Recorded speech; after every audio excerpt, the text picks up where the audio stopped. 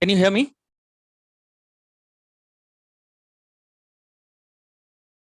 So yeah, I was just saying that Pranay Lal actually inspired some of us to explore the work at the intersection of business sustainability and public health. And it's great that he's among us today. So I'll kindly request you, Pranay, you can come forward and launch the course by unveiling a course flyer.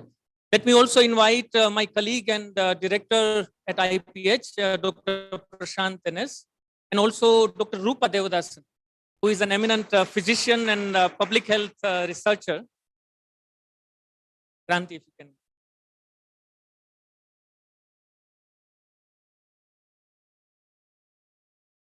So the course explores the intersection between business sustainability and public health, how businesses shape public health, and what this evolving paradigm of business responsibility, sustainability, ESG mean for public health. So we have a range of national and international scholars who contributed to the course. Yeah, I think they are sorting it out. I know that it's not audible. Thank you. Yeah, maybe.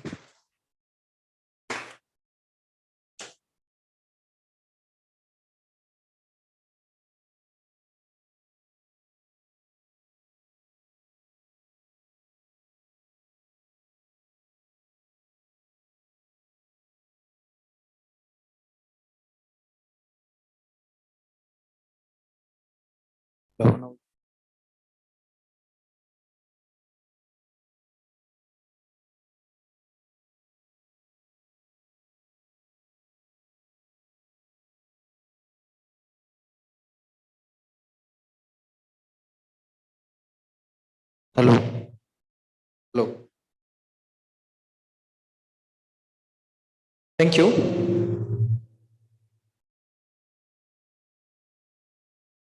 Yeah, so we have gathered here for celebrating the annual day 2023, which marks 18 years of excellence in public health by IPH Bengaluru.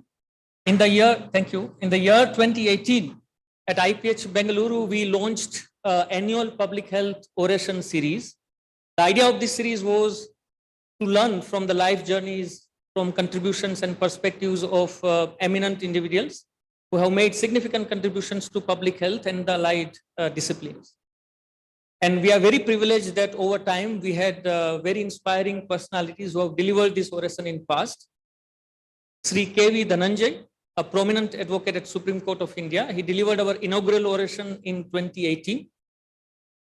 Dr. Ravi Narayan, a community health scholar and practitioner and activist.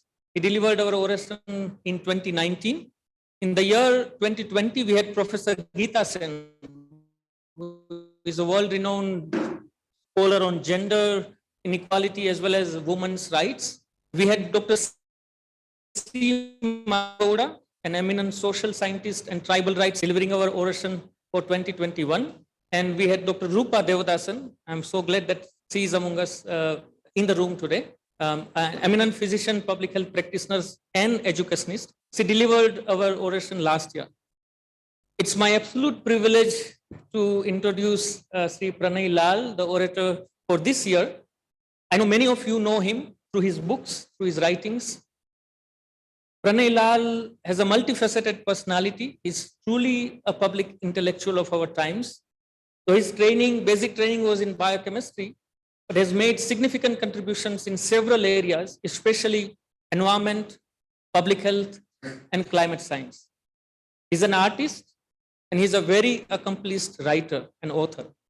His first book, The Indica, A Deep Natural History of Indian Subcontinent, came out in 2016. Many of you would have heard or read about it. It received several awards, including the Best Non-Fiction Debut Award by Mumbai Lit Fest, and it became 10 most memorable books of the year by Amazon. And very soon, he came out with his another book, The Invisible Empire, The Natural History of Viruses. Again, it was very highly acclaimed and very well received. It was a time when many of us were struggling with pandemic and waking up to learn more about viruses and started seeing viruses in a particular way. At the time, his book provided a deep historical but very wholesome view of the world of viruses in a very, very readable format. I can go on. I don't think my words will do justice in introducing Pranay's work. But let me say that personally, for me, and I know many others like me, he has been an amazing mentor. And we are especially privileged at IPH Bengaluru because he also currently serves as the member of our governing board. So I require all of you to join me in welcoming Pranay Lal for delivering this year's oration, which is on people, planet, and pathogens. Welcome, Pranay. Thank you.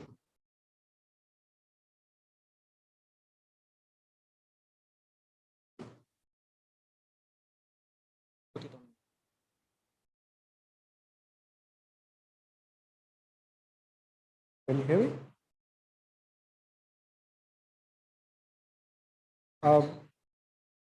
Thank you so much, Upen. This is really humbling, and I really mean it. This is a real honor. So thank you so much for inviting me. Honorable board members, colleagues at IPH, seekers of knowledge, ladies and gentlemen. First of all, thank you to invite me to speak on the 18th anniversary of the Institute. I think such a major accomplishment, given that we are living in such interesting times. Over the past 14 years or so, I've had the privilege of working with several of you, including Upendra. And IPH becomes one of my most favorable memories in public health work that I've done. When Dr. Upendra Bhojani invited me to speak today, it came as a pleasant surprise because I had attended the past previous speakers, and it was a tough act to follow, and I formed the idea that, how could it be possible that you're inviting me? And I wanted to wriggle out of it, but, as luck would have it, I just couldn't. I mean, he has immense advocacy and persuasive skills, as you know.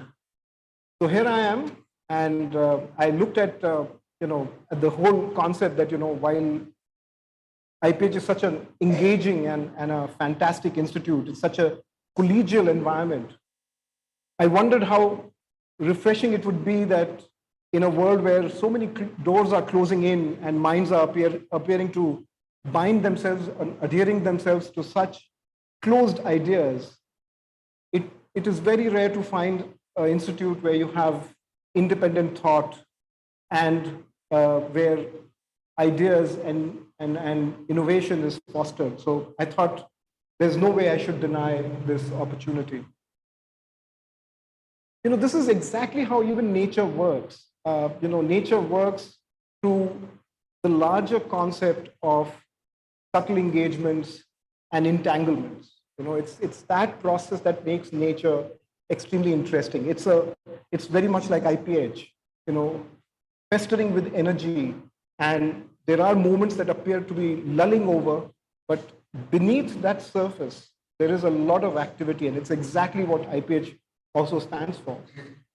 And therefore, just as IPH, you've got these clusters that have been created, life itself has all these small microcosms that are created, which have their own entropies and movement of energies and relationships between organisms and the living and the non-living world that is together. And I find that an incredible story that needs to be told. And that's what makes me excited about looking at landscapes, ecosystems, life forms, all of them which come together to make anything so interesting. So until it arrived on the scene, SARS-CoV-2 was just another virus, living comfortably in the lungs of some mammal in Southeast Asia. And then it arrived suddenly, it took the world by storm, and that isn't what the virus had intended to do, or for that matter, any creature to do, whether it's any other thing that we want to label as a pathogen or a parasite. That's not the intention of a life form. But it was an entirely improbable event. What we saw in terms of SARS-CoV-2 becoming a pandemic was an entirely improbable event because we know this since the 1960s. For example, the US Surgeon General William Stewart, who in 1967 said that it is time to close the book on infectious disease. He said this in his opening speech. He was so confident that we were seeing the last of infectious diseases. And this ebullient optimism of some kind, a rather foolhardiness, was seen also in textbooks. I mean, one of the classics of its time, one of the most read textbooks on infectious disease, went so far as to say in its preface that we would have eradicated all infectious diseases by the year 2000.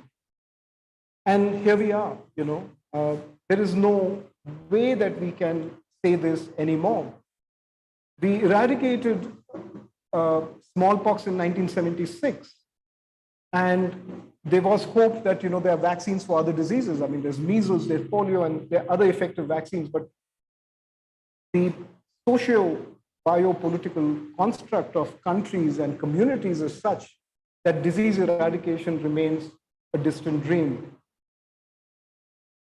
This foolhardy nature of us to imagine that we would be able to eradicate disease, whether it was based on our technological prowess, our funding, our intellectual superiority over nature, international cooperation was growing. All of these could have come together and certainly reduce the burden of disease from infectious disease. Somehow that has not happened. I mean, other than the eradication of smallpox and one other disease which has happened in animals, which is rinderpest, right, which is a relative of measles. Other than that, we have not been successful in eradicating diseases. Now, let's look at it from the perspective of planets, our planet in particular. Now, we are what is called a Goldilocks condition. We have just the right things that happen in the right order and at the right time for life to exist the way it does, right? And when we see life today around us, we know that life exists in layers of interconnected relationships that cannot be teased away. You try disturbing one of them, it impacts in some way or the other. There's this epithet that is called of mice and men, which is, a famous epithet, a literary epithet that is used often. But, think about it. Just as we share genes with mice, we are nearly 99.9% similar to mice. And that's why mice are used for, testing in laboratories. We also share a very similar microbiome with them. A microbiome basically is the existence of organisms that are shared within our systems, right? Whether it's the lung of a mouse or a jerboa or another small rodent. And this is what makes the ability of pathogens to jump from mice to men, right? So smallpox, for example, came from mice, it went to perhaps camels or went directly to humans. We don't know, but we know that camel pox, mouse pox, and smallpox are very close cousins, right? So that's the beauty of evolution. That's the beauty of how organisms end up colonizing other related and not so related life forms. But as we talk about this, we must also remember that organisms are not just creatures that are there to get you. Remember, there's no agency. Microbes are not there to get you. Think about it. We live in a world that is ruled by microbes. Microbes help us to breathe. They help us to digest. The fact that we have life birth is because of microbes. Otherwise, we would all be born out of eggs. And there's so many other things that we take otherwise for granted. It's because of the microbial world. Now,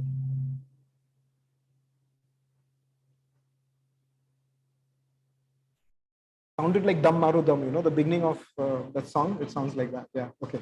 So, each organ in our body has a very definite pattern of microbes, how they live and how they colonize us. A natural birth of a baby through a birth canal, we have a layer of lactobacilli, and that's something that gives us protection against other infectious diseases, for example. And it's from birth and even before birth that we get a microbial benediction, a microbial legacy, which is, in a sense, protective. And I think we must, for a moment, not look at microbes as something that are invaders, because what we thought was the final frontier, something that we thought was sacrosanct. For example, we imagine that the spinal fluid of our bodies is immune to any invasion by an organism. But genomic analysis of extremely healthy people, normal people, normal subjects, healthy people with no previous record of meningitis or any other intrusion, found that there are viruses that are lurking there. And we don't know what they're doing there, right? But we know that they give us protection against other viruses. For example, not everybody develops meningitis. And they find that you have a certain type of virus microflora inherent in your spinal fluid, you will not get meningitis. So this is something that has happened only in 2019, a paper that was published in Japan. And so there's so many such things that we discover that it's so recent that we really, really don't know enough about the microbial world and what is the basis of health and disease. And that is now blurring because we live in a time that there is a large gray area and we might well be in the flux of being between disease and health and death. So that spectrum between health and disease is widening. And there's no one else to blame but us. We've created conditions to our bodies and our environment to make it in such a fashion. Now, I think it is therefore important for us to develop this understanding in a broader sense of what the microbial world is and what the physical natural world is in terms of describing what processes of life is. Because if you were to look at the wondrous feats of the microbial world, we can no longer distance ourselves from this incredible force of nature, whether the living world of microbes or the non-living world of the planetary forces. Think about all the planetary forces that we see, we take for granted. For example, the sun or gravity. The shape of our cells is designed largely by not our genes, but also the first thing that our body encounters, which is gravity. Now, we take all of those for granted. And if you were to start listing down those Goldilocks moments that we've had that give us life on Earth, there is a different story altogether.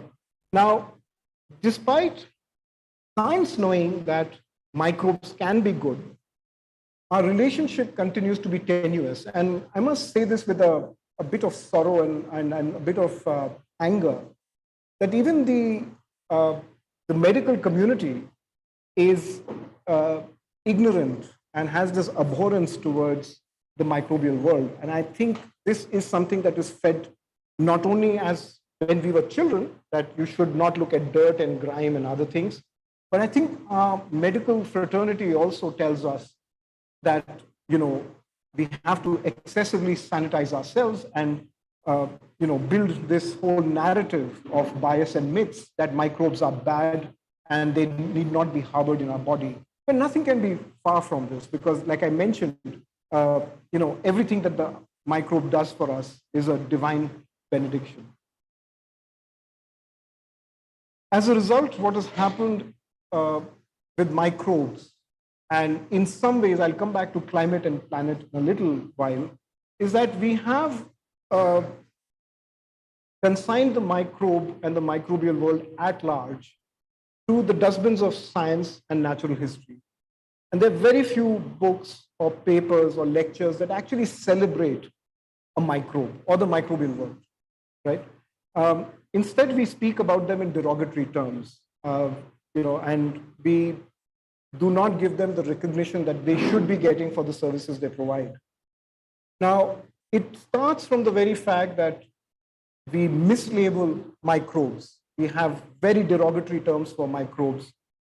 We clearly divide, as soon as a microbe is identified, we divide it based on its utility function. If it is useful, it's given a good name, lactobacilli, for example. It means that here is something that is found in milk, and it is something that actually helps in conserving the milk for a short while before it actually starts destroying it. So it's actually good. It's also very good for making yogurt and cheese. So it's a good bacteria to have. But there are many others that actually get an epithet which is very negative. Now, the second part that we do, other than the ones that benefit, are the ones that are pathogens, that we actually have very, cruel names or names that are very, very abusive. And there is a 99.999%, I don't know how large that fraction is, of organisms about which we don't care. We don't have a very, very specific purpose and how we give them a name. Now, the overall idea of microbes is that we have got our whole understanding of the largest kingdom of organisms completely wrong. Now, just to give you an example, until 1998, we did not know which was the largest photosynthesizer on planet Earth. The largest photosynthesizer on planet Earth is a microbe that is found in the top 80 layers of oceans. It's called Prochlorococcus.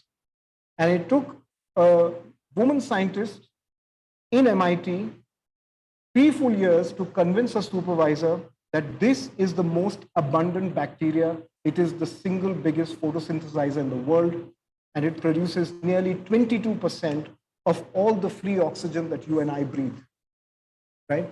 And we did not know about it. And even today, the myth persists that it is trees that produce all the oxygen that is free and available to us to breathe.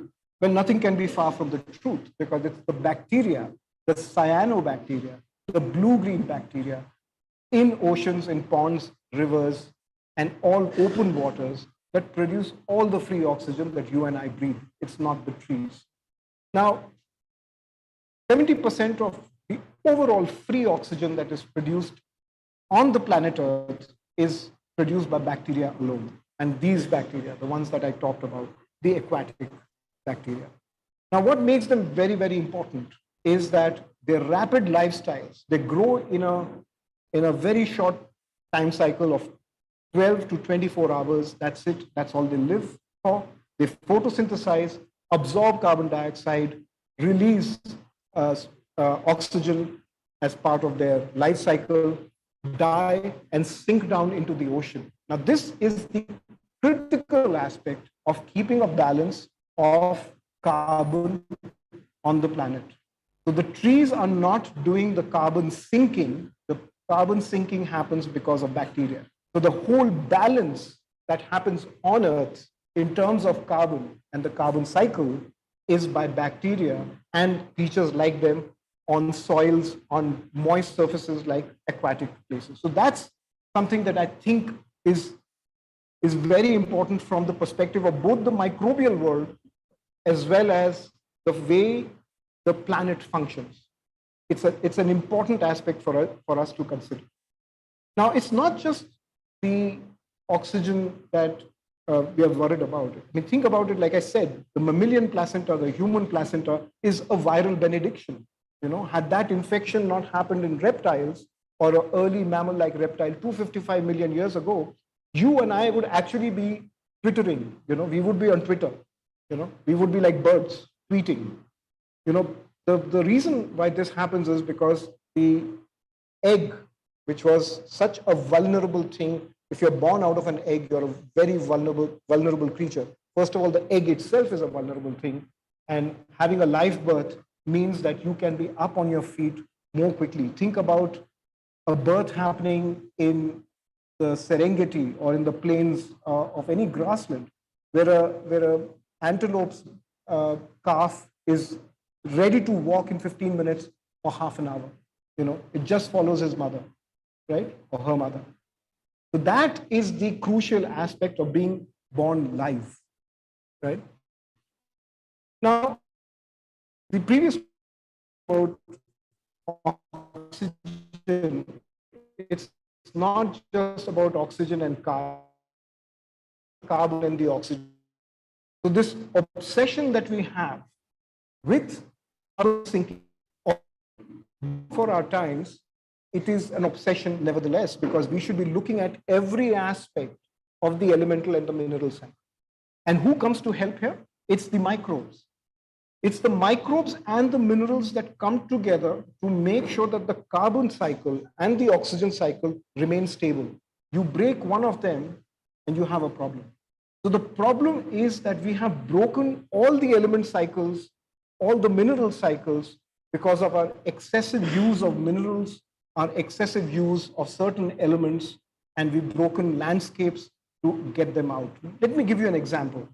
For example, if you were to talk to microbiologists and geologists, they would tell you that the planetary health and the climate variability cannot be achieved if you were to look at only trees or only about conserving a certain landmass over the other. What we need to look at is the interconnectedness of ecosystems and landscapes together.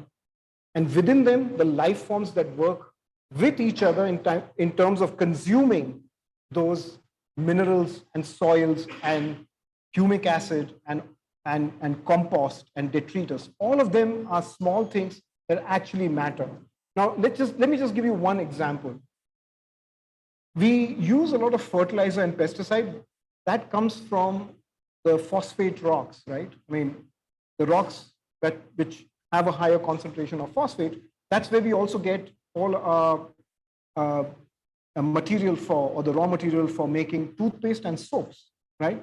But think about it. Every morning when we brush and use the soap and we flush it out of our bathrooms or wherever, it goes into a river, it gets concentrated in the river, goes down into some sea, and it starts concentrating there. So you took phosphorus out from one rock, concentrated it, and then put it out in huge numbers every day of just about every year. And the accumulation that's happening in the seas is incredible. And this is not how nature had designed that life cycle of that mineral to happen. And as a result, we have all these blooms that we have in our ponds, in our rivers, and of course the oceans, right? All these blooms that are happening is because of fertilizer, but partly because of the way we use our toothpaste and our soaps, right? So this is just one example, and think about just about every other thing. You can talk about iron, you can talk about potassium, you can talk about any other mineral or element, and you will have the same problem.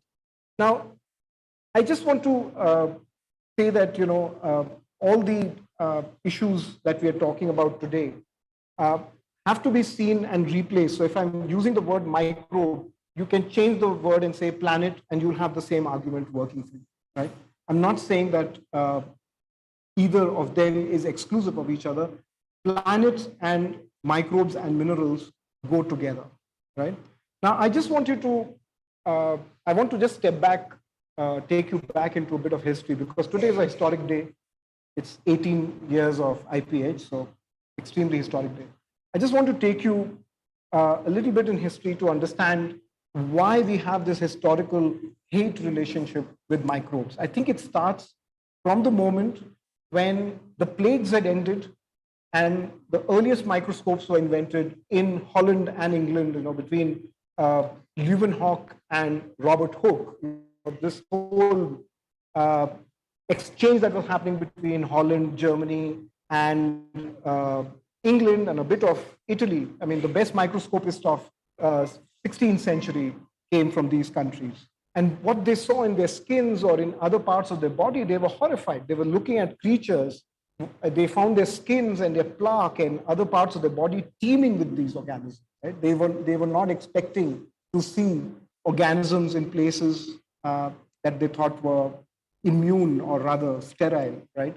But as a result, the term that was coined at the time was germ, because what they realized was that even if when they isolated a very small portion of what they took from their plaque, it would regrow. So what was left behind in their teeth or say on their skin, it would grow back. So the word germ actually is the same root as germination, means to regrow.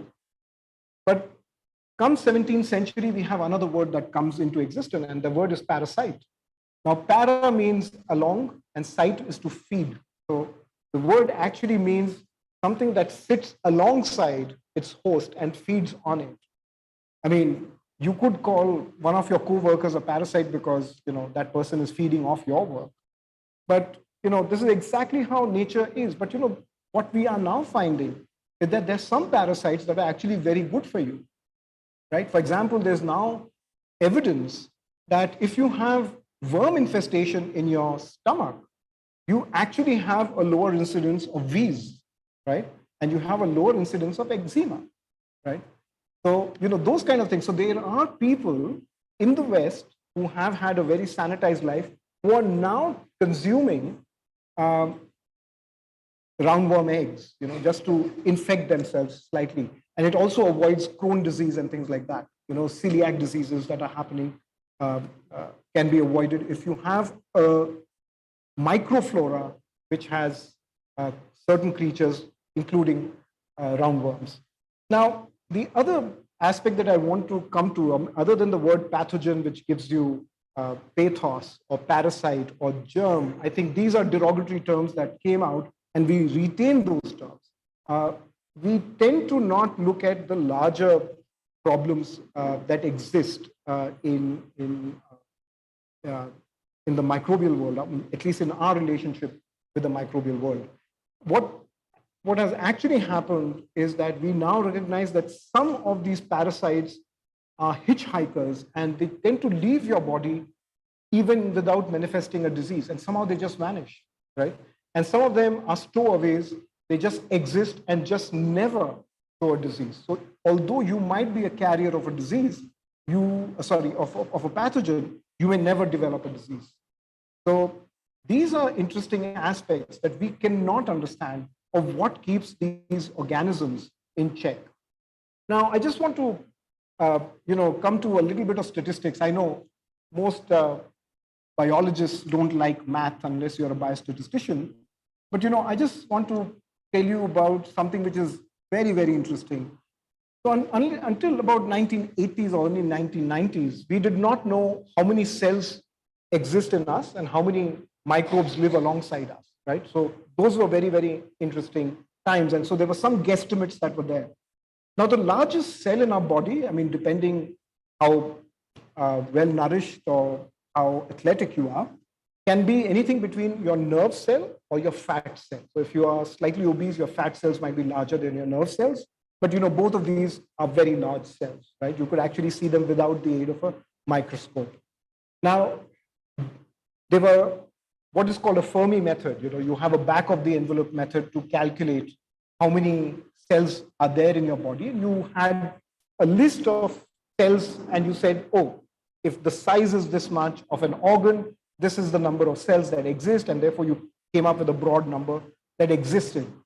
But there are studies that have happened, especially the ones that have happened in Israel, are fantastic. And what they have found is that the total number of cells in our body in an adult, normal adult male, not obese, not too thin, not too athletic, a normal male. Now, I don't know what a normal Israeli male looks like, but the point is that they calculated that the total number of human cells are 30 trillion.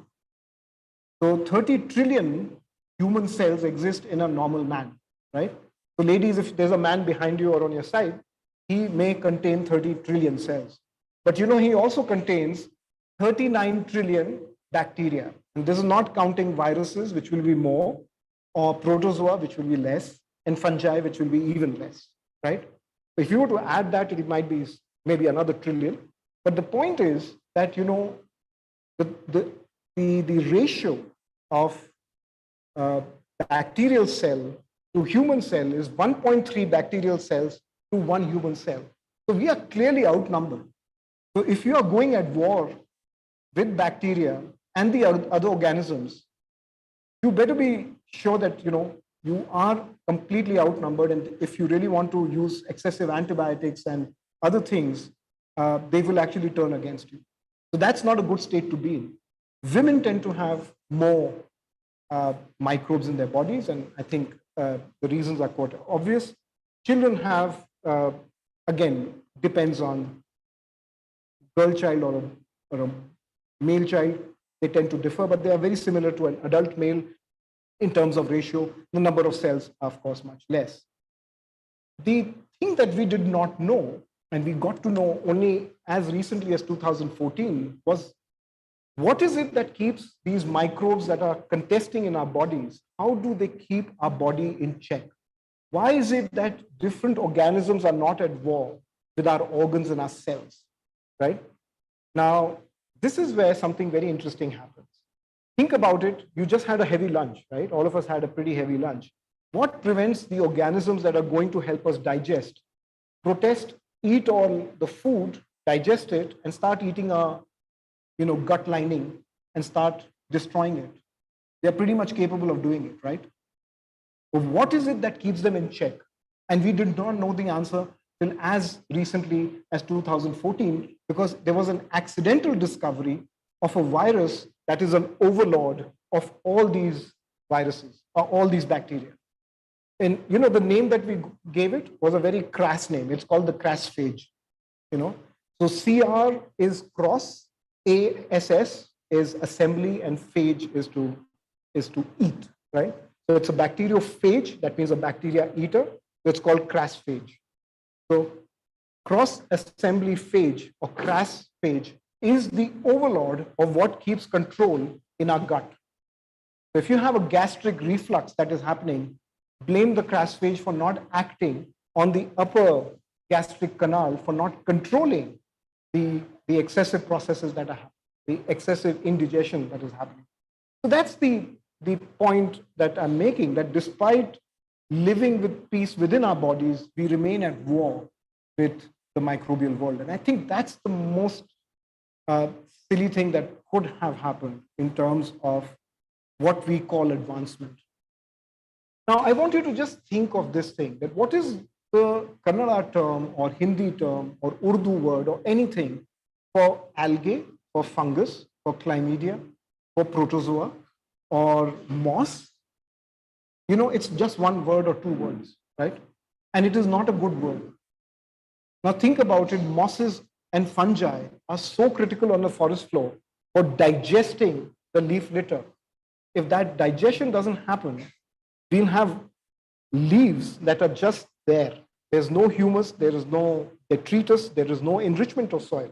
In fact, there will be no plant world if there are no fungi, right? So think about it. In Hindi, the word I know is kai.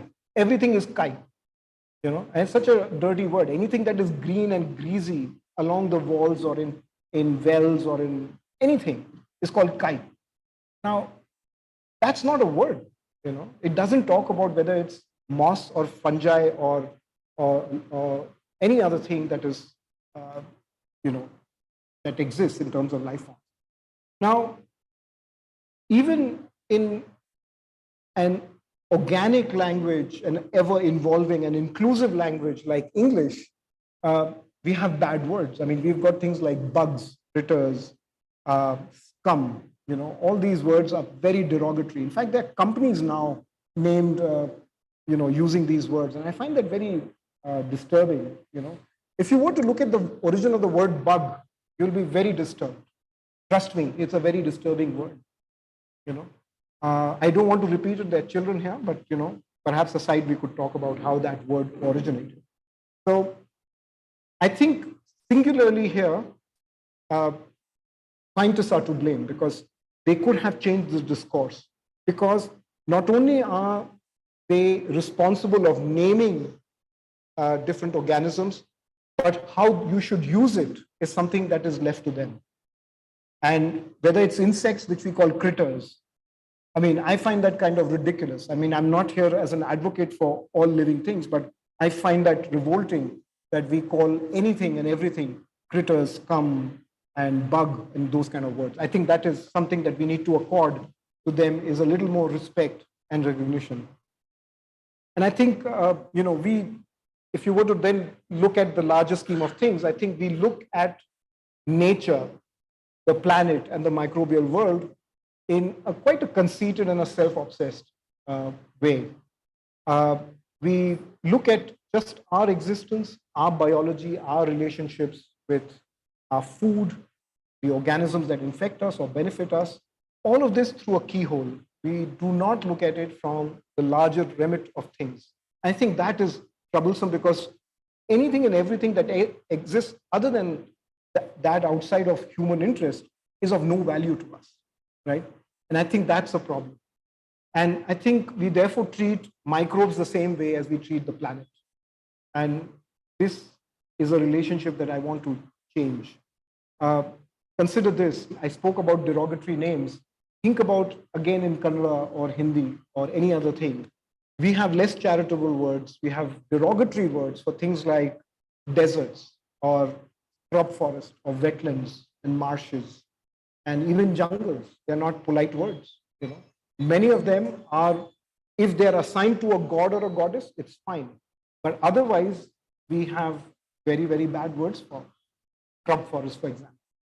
Now, let's look at why is it that we now need to start redefining our relationship with the planet and the microbial world and together. I think we need to do this because we have done very little to celebrate life forms, and the planet we live on. So it's time that we look at ecosystems, landscapes, not just for their functions, but also for what they do as a whole, and without which that interconnectedness would be broken. I want to come back to COVID-19, and the problem is not over. There are new variants that are emerging. It's like the flu. There are some flus that are more dangerous. The swine fevers just got over in Africa. Thank God it didn't spiral out.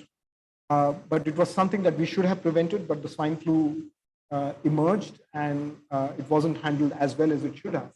Considering that we had come out of a pandemic that should have prepared countries better. But let's go back to COVID-19. Now, COVID-19 happened because of a chance encounter where there was a virus jumping from a mammal into an unsuspecting human, and it spread like a flu, and it spiraled out from one town, and it became what it did, right?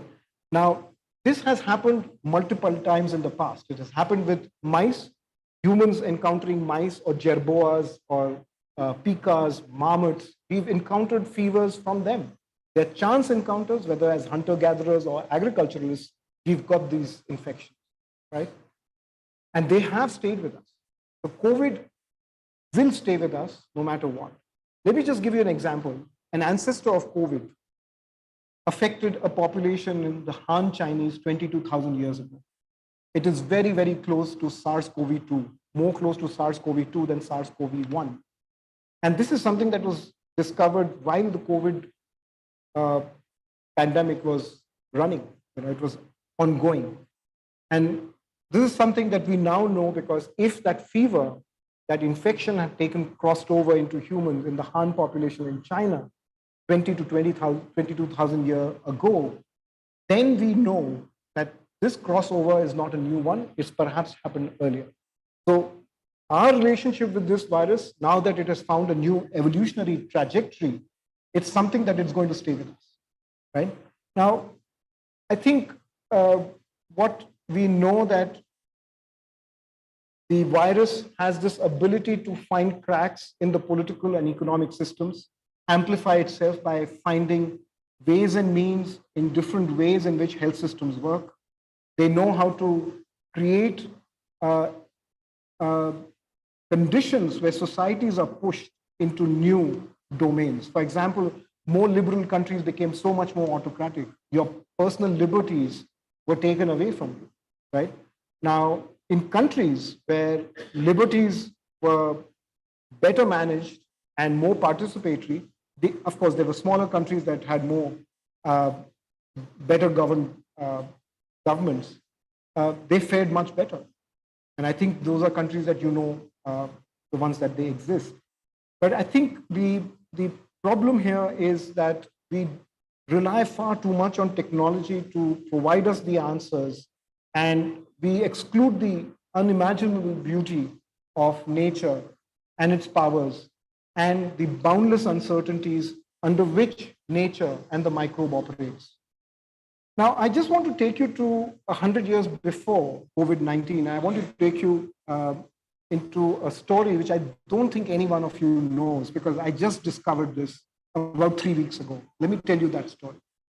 And I think the story is this, that World War I happened starting from 1914 in July. An accidental event triggers different countries in East Europe to begin fighting with each other. They have different motivations. There's no common cause. It was a fight between countries that were colonists versus those who did not have colonies, and others who were struggling to find more colonies. And it was also a clash between former empires, the Ottomans, the Austro-Habsburg, versus those who had empires that had reached further into Asia and Africa, like the British, for example. So World War I was a fascinating time when it comes to looking at public health. And it's something that has not been documented when it is seen from the lens of climate change. Now, here's the story. We know that Napoleon, 100 years earlier, had lost a war while he was trying to wage a campaign against Moscow. It was a terrible El Nino year. El Nino year means that India remains warm, but North Europe and America gets colder, right?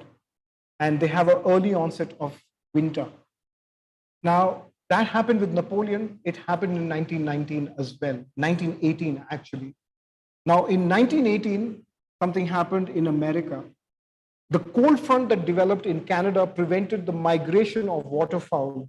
And as a result, there was a large congregation of water birds in Kansas. Now, that is the point from where our story begins of what is called the Spanish flu, right? Now, this buildup of mallards and ducks, mallards in particular, it's a very pretty duck to look at. It's for those who are birders would know this. It's largely in the family of ducks, but mallards stand out of there because of their very beautiful plumage and color. Mallards are very efficient carriers of influenza virus. But once they know that they cannot go any further into Canada, or they have to retreat further down, they end up traveling along the climb, what is called a temperature climb. They go along a temperature, along the latitude.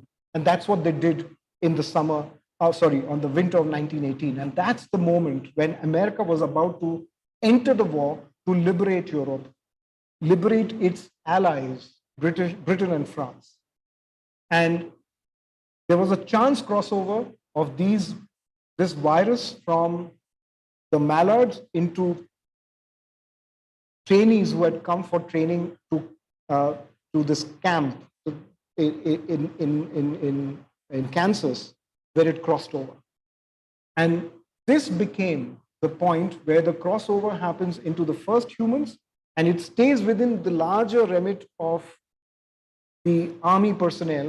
It doesn't go out too much because everybody was being shipped from these camps straight to Europe. So America, the population, the public per se, did not suffer as much as the cantonments and the trenches in Europe.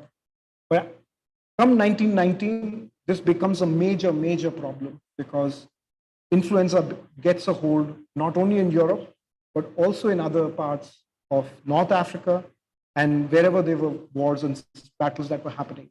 At this time, nurses did not know what was killing people. They knew there was something bad in the air. It was simply called miasma. As you remember, everything was miasmic.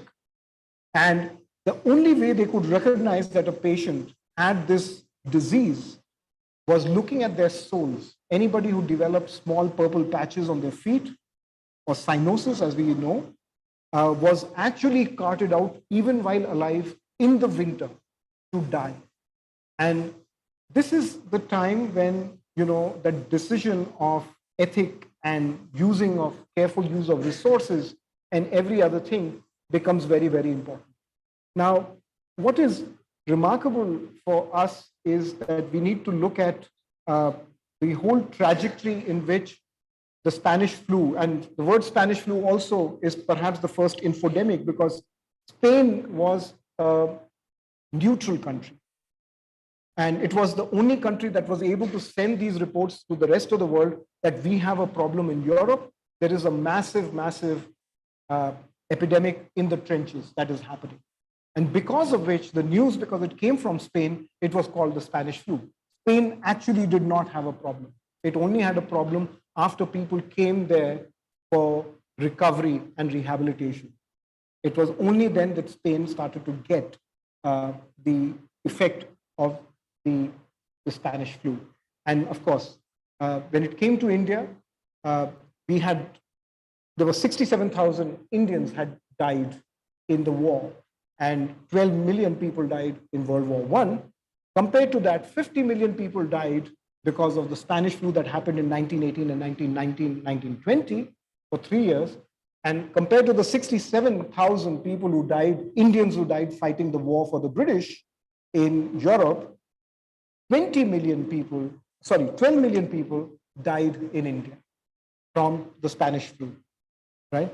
So that was the larger remit of how climate variability, El Nino year, stopping the migration of mallards, they get concentrated in Kansas, that crossover happens into a very large concentration of young men who've come for training, and they go to Europe, and then they spread the flu. Now that's where the climate story happens, and you will not find it in any textbook or any book for that matter, because I have not found it. I just found it in a couple of Canadian researchers who were looking at bird migration and a few other papers, and just putting those stories together, you see this larger picture emerging. I want you to come to another story that I think is forgotten by most medical practitioners, and that's how human agency creates a new infection, or rather a pathogen for itself. Now, until the 1970s, there was a bacteria called Acinetobacter baumannii. It's a rather innocuous bacteria in its natural condition, and was seen as a low-risk pathogen. That's how it was titled. But during the Iraq War, American soldiers who got injured in Iraq and other places around it got this infection in their lungs and their skin. And it soon got called Iraqi bacter. And because they did not know what this pathogen was, they gave second and third generation antibiotics to this bacteria. And as a result, it developed a very, very strong antibiotic resistance. And today, this bacteria is actually a bacteria that seeks out an infection. In the sense, earlier it was more sedate and a complacent infector. But today, because of its pathogenicity, which has been triggered by antibiotic resistance, it has actually become a frontline pathogen And in fact, the Infectious Disease Society of America lists it in its top 5, along with Staphylococcus aureus, as one of the most aggressive bacteria in the world. So from being nowhere on that list to being right up there is a very strong journey. And we have this problem now. And WHO currently says there's 700,000, 7 lakh people who die prematurely because of antimicrobial drug resistance in all forms of diseases, which is going to increase to 10 million by 2050. And they've just revised their numbers to 14 million, by 2050. So this is where I think we are creating monsters out of microbes when they should have been none. So I think our real challenge is that even for unknown pathogens or things that were reluctant pathogens, we've converted them into pathogens. And I think it's clearly the mismanagement and negligence that we have done towards the organisms and the microbial world. I just want to leave one final thought with you, and that is looking at what actually is critical in terms of looking at the planetary health and the pandemic that we just suffered. So, like I said, in both the pandemics are clear indications that something was broken. In the first one was a complete chance introduction. The second one was one in which our perverse market incentives and our misplaced priorities exist. Clearly, we should have banned all wildlife trade after SARS-CoV-2. In fact, the most recent reports suggest that actually the wildlife trade has increased. And this is certainly not the way to go forward if we want to look at pandemic control in the future. So I think that is something which is remarkable that we have to look at. And let me remind you once more that microbes are blind. They are, like I said, a complete chance event. They are not directed towards you to infect you. They are not at war with you. So you can't be at war with them. You can't be identifying Klebsiella here and Proteus here or Staphylococcus here because you can't do that, right? So what are you war against? You're at war after the infection happens inside you. You want to overdose yourself with antibiotics and you turn the gun towards yourself. Now that's where the problem is. Now, the other thing that we must remember is that once a crossover of a virus or any pathogen happens, the passage of the pathogen is normal within the animal reservoir. It does not kill the animal. It kills the human, right? So look at SARS-CoV-2. We had dogs, cats, tigers, minks, ermines, toads, all of them getting infected. None of them died. The mortality was in humans, right? So where are we getting the story wrong, right? The story is at several levels that the pieces are broken, which is why it multiplies manyfold. And that's the reason why the evolutionary trajectory of a creature that should have been a moribund, it should have been the end of the road at that reservoir, was created by us. And therefore, we have created problem upon ourselves and we haven't learned yet. Like I said, animal trade is continuing. And that's only one of the problems. There's several others that we need to look at. I think, let me just try enumerating and summarizing what happened in both the large pandemics. I think, first of all, because the governments have not been honest with each other, we really don't know what happened in each country, right? We only have reports of international agencies and civil society records. No government has actually done a full commission on what actually happened in these countries. In fact, there should have been an international commission inquiring on the role of international agencies, international cooperation, and treaties. None of that happened. Nobody was held accountable. No politician, no multilateral organization is responsible for the numbers of death that happened. Now, we know that every government, including our own, has only offered band-aids, and while the public health system was hemorrhaging, there was very little that we did then, and there's very little that we do now because it's back to business as usual. And I think what it has given us is something that is completely wrong. We've actually increased the biophobia and created an even more sanitized world. Now, the word sanitized also is a problematic word because it comes from sanity. Now, I think it is actually insanity that has happened. It's not the sanitization is insanity in some sense. I think, the COVID crisis for us has left behind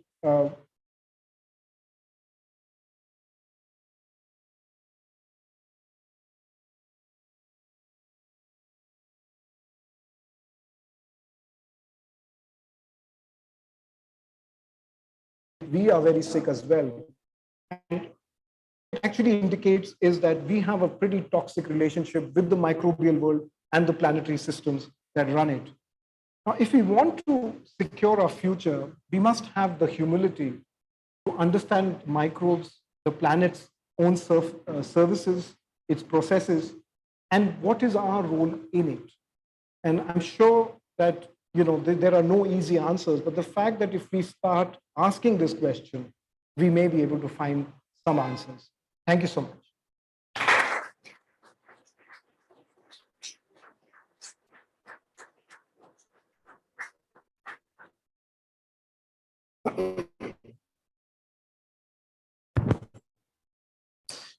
Okay. Thank you, Mr. Pranay Lal, for that very interesting speech out there. I would now like to call Mr. Pranay. Can we have you here? And yeah, can we have Dr. Prashant to facilitate him? You want to talk?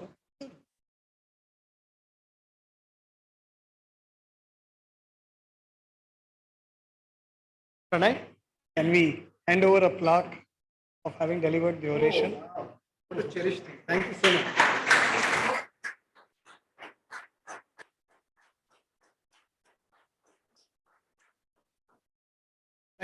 Thank you very much for, sorry? Yeah. Another photo. Thank you. Thank you, Dr. Prashant and Dr. Pranay. So it is a practice at IPH that we recognize a new talent for the oration. So we have Ms. Padma and her team here today who are going to perform. You want to talk about? Okay. So I'll have Dr. Prashant introduce the team. Padma or Ebony, please. Sure. So after the oration every year, we usually give platform to an artist. It could be an emerging artist, it could be an experienced artist. So this year, we are very honored to have Padma with us today. Padma is from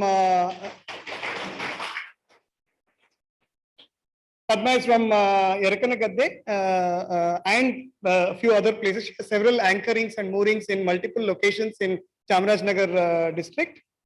She's an accomplished artist already. She's performed in many places in India and also abroad, I think in Sweden and in a few other locations. And she largely performs drawing her art from the art of the Soliga people. Many of her songs are inspired by folk songs that she's learned with her family. Many of her family members are also accomplished artists. Basavaraju, who is among us today, for example, is also very well known to us. So, ತುಂಬಾ ಧನ್ಯವಾದಗಳು ಪದ್ಮಾ ಅವರೇ ನಮ್ಮ ಒಂದು annual day ದಿನ ನಿಮ್ಮ ಪರ್ಫಾರ್ಮೆನ್ಸ್ಗೆ. Thank you.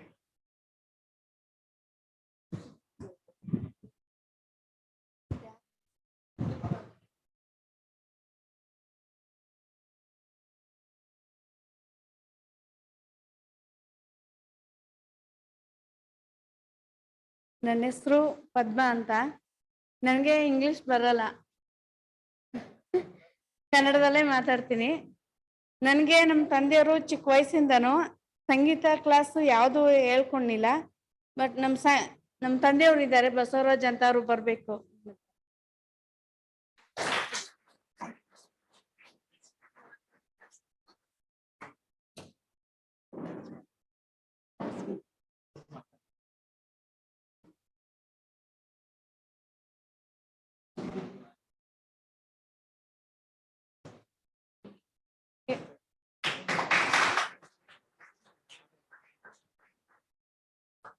ನಾನು ಚಿಕ್ಕ ವಯಸ್ಸಲ್ಲಿದ್ದಾಗ ನಾನು ಎಲ್ಲಿ ಸಂಗೀತ ಕ್ಲಾಸ್ನು ಮಾಡಿಲ್ಲ, ಯಾವ್ದಕ್ಕೂ ಹೋಗಿಲ್ಲ.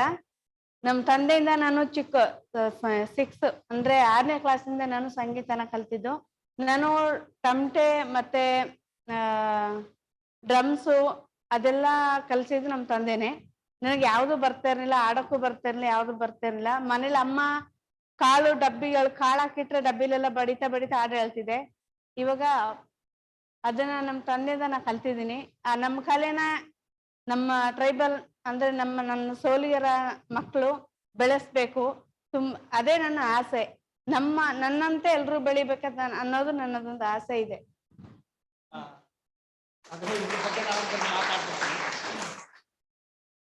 ಇವಳಿಗೆ ಚಿಕ್ಕದರಲ್ಲಿ ನನ್ನೊಟ್ಟಿಗೆ ತರಬೇತಿ ಮಾಡಿ ನಮ್ಮ ಸಂಸ್ಕೃತಿ ಹಾಡುಗಳು ಹೇಗಿದೆ, ಹಾಡುಕೆ ಮತ್ತೆ ಗೌರವನ ಅಂತೇಳಿ ಸೂರಿಪದ ಅಂತೇಳಿ ಸುಮಾರು ನಮ್ಮ ಹಾಡುಗಳಿದೆ. ಮೊದಲಿಗೆ ಗೌರವನ ಅಂತೇಳಿ ಒಂದು ಮೂವಿನ ಮಾಡಿದ್ರು. ಅದರಲ್ಲಿ ಇವಳು ಆಡಿದ್ದಾಳೆ, ನಾನು ಆಡಿದ್ದೀನಿ. ಜೊತೆಗೆ ಅದಾದ್ಮೇಲೆ ಮತ್ತೆ ಬನವಾಸಿ ಅಂತ ಮೂವಿ ಮಾಡಿದ್ರು. ಅದರಲ್ಲಿ 3 ಗೀತನೇ ಇವಳು ಆಡಿದ್ದಾಳೆ. ಜೊತೆಗೆ ಇತ್ತೀಚೆಗೆ ಕಲೆಗಂಡ ಮೂವಿ ಅಂತೇಳಿ ಒಂದು ಕೊನೆಯ ಮೂವಿ ನಮ್ಮ ಇವರು ಸಂಚಾರಿ ವಿಜಯವರಿಗೆ, ಅದು ನಮ್ಮ ಸಂಸ್ಕೃತಿ ನಮ್ಮ ಪರಿಸರದ ಬಗ್ಗೆ ಆ ಮೂವಿ.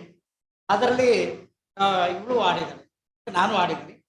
ಇವಳನ್ನ ಸ್ವಲ್ಪ ನಮ್ಮ ಸಂಸ್ಕೃತಿಯಿಂದ ಬೆಳೆಸಬೇಕು, ನಮ್ಮ ಸಮುದಾಯಕ್ಕೆ ನಮ್ಮ ಸಂಸ್ಕೃತಿ ಏನಿದೆಯೋ ನಮ್ಮ ಭಾಷೆ ಸೋಲಿಗ ಭಾಷೆ ಅಂತೇಳಿ ಭಾಷೆಗೆ ಈ ಭಾಷೆ ನಮಗೆ ಬಹಳ, ಈ ಭಾಷೆಯಲ್ಲಿ 2 ಭಾಷೆ ಸೇರ್ಕೊಂಡಿದೆ, ಒಂದು ತಮಿಳು ಒಂದು ಮಲಯಾಳಂ.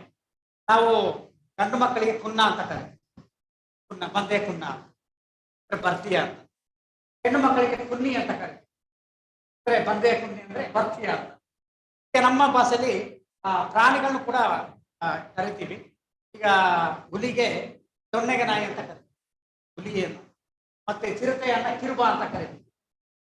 ಸೂರ್ಯನನ್ನ ಹೊತ್ತು ಅಂತ ಕರಿತೀವಿ, ಹೊತ್ತು ಮೂಡಿದ್ದೆ, ಹೊತ್ತು ಬಿದ್ದದೆ.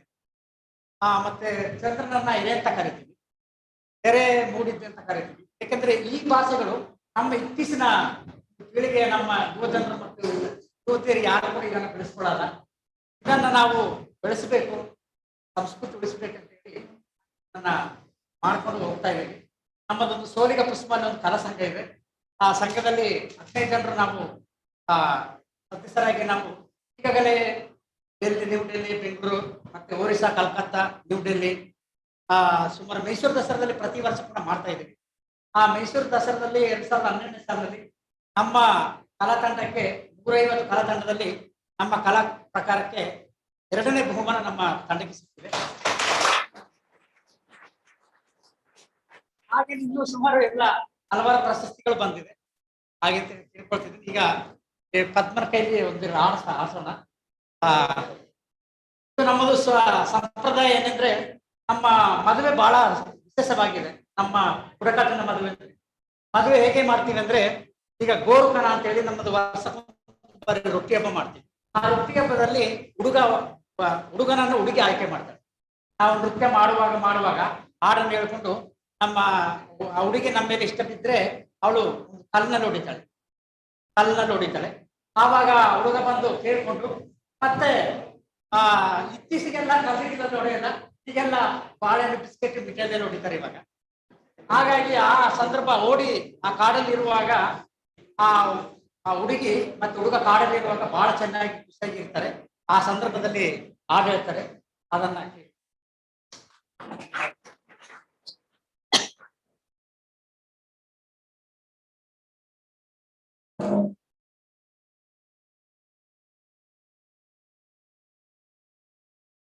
ಜೂಜಿನ ಬೋರೆಯಲ್ಲಿ ಕೆಮ್ಮಣ್ಣು ಗುಂಡಿಯಲ್ಲಿ, ಜೂಜಿನ ಬೋರೆಯಲ್ಲಿ ಕೆಮ್ಮಣ್ಣು ಗುಂಡಿಯಲ್ಲಿ ಜೂಜಾಲೆ ಆಡುತ್ತಿತ್ತು. ಕೇಳಯ್ಯ ರಾಜ ಜೂಜಾಲೆ ಆಡುತ್ತಿತ್ತು.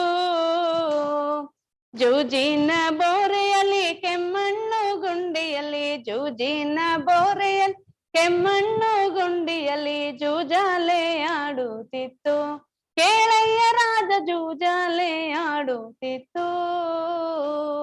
ನಾನು ಹತ್ತೆಯ ಮಗಳು, ನೀನು ಮಾವನ ಮಗಳು, ನಾನು ಹತ್ತೆಯ ಮಗಳು, ನೀನು ಮಾವನ ಮಗಳು,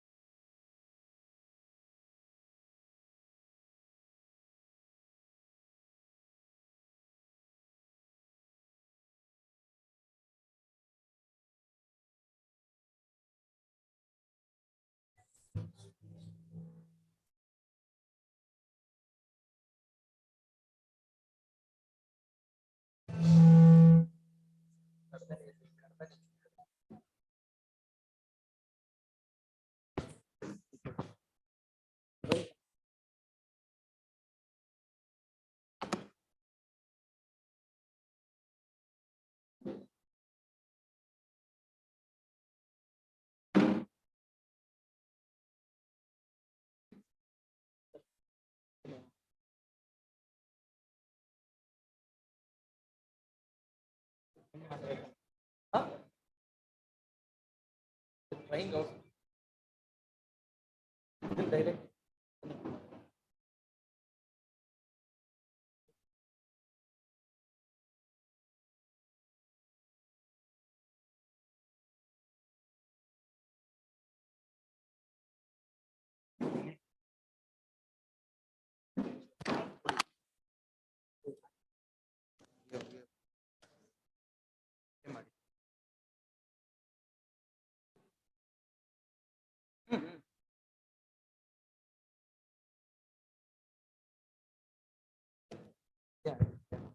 ಮಾಡಿ ಮಾಡಿ.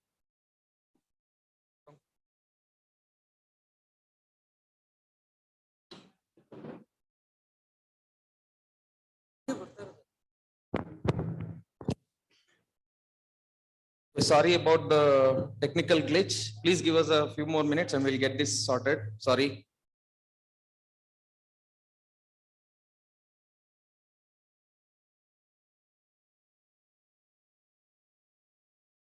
ಕೊಡಿ ಕೊಡಿ